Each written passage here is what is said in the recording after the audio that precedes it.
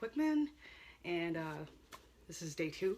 I am doing a traffic safety series, and yesterday we talked about teen driving laws, and today we are going to talk about the 5 most common traffic accidents, and I'm going to give you a couple prevention tips while we're doing that. The reason why I'm doing this is I've been a police officer for 15 years, and I think educating and making people aware is a great way to prevent crimes and traffic accidents and that kind of thing. And I love sharing and helping as many people as I can. I also love helping law enforcement. I'm also a wellness coach, so I believe in fitness, wellness, health, and safety. But back to business. Today, it's the 5 most common the causes of traffic accidents, and I'm going to give you some tips on how to prevent it. So the first one that I'm going to talk about is a rear-end collision. Probably the most common one. Everyone's heard of a rear-end collision. It's where the car behind you in line hits you.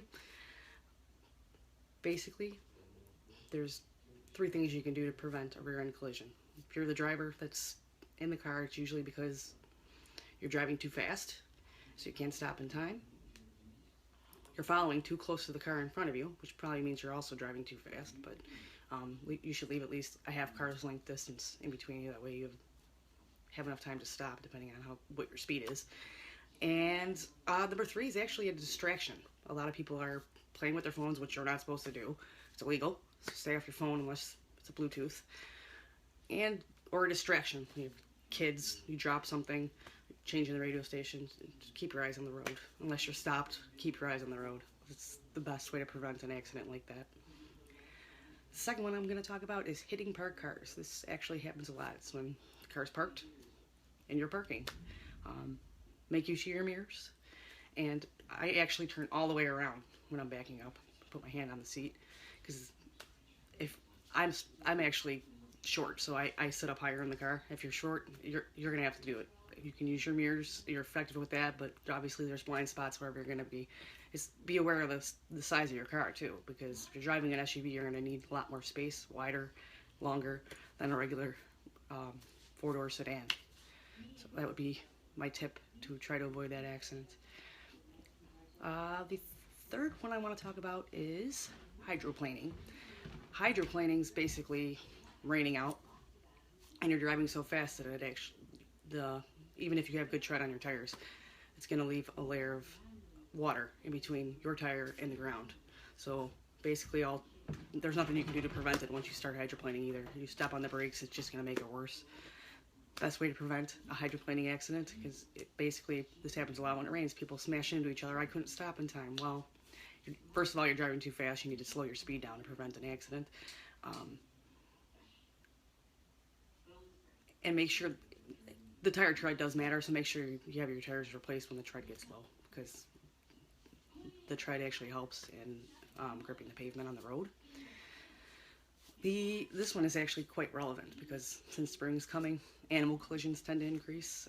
It's mating season, especially for deer, and they're running around trying to find mates.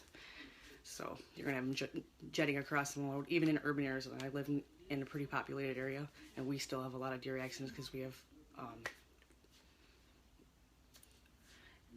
unpopulated forest areas that they can run to. So and it never usually happens in the light, because you probably see them, but in the dark it'll happen a lot. So just be aware of your surroundings. Drive at not a fast speed, and if you have to, there's not people out, use your high beams, even if you're on a rural road.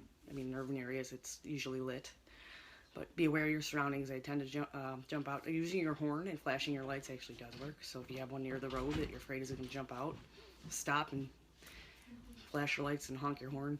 Do something to spook them. Hopefully they'll instead of running in front of you, they'll run back the way they came. At least we hope so. They can't really predict what an animal's going to do. And the last one I want to talk about is actually the most deadly type of accident. It leads to the most causes of death. It is the side impact crash, or as we know it, it's usually called a T-bone, mixed T.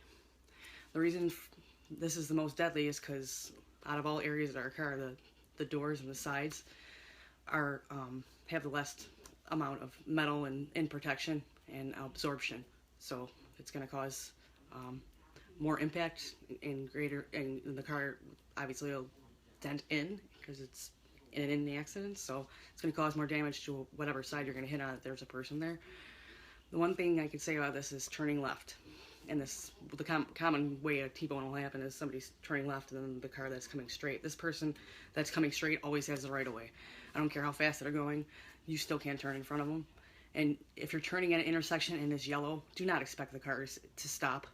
People are going to blow red lights, and then you're still going to be at fault, partly, if not all the way, because you're still turning left. If you're turning left on in an intersection anywhere, you're always going to be at fault, unless there's some crazy thing that happens. There's always exceptions, but for the most part, 90% of the time you're at fault turning left. Wait till those cars stop. I don't care if you're in the middle of the intersection when it's red. You can complete your left turn. You're in the intersection. So be sure to make sure those cars stop before you turn left. It's the safest way. Would love to know if you have any other traffic safety questions for me. If you want to leave a comment under the live, I'll be happy to answer it on a later live. Also, I'm gonna do a blog post, throw this video in there. If you want to leave a comment under the post on my website, I'd be happy to answer any questions you have. Let me know if you like what I'm doing right now. If you want to see more of it, leave a comment under the post or on my website. Let me know what you think. Be safe out there, everybody. Wear your seatbelts. Drive safe.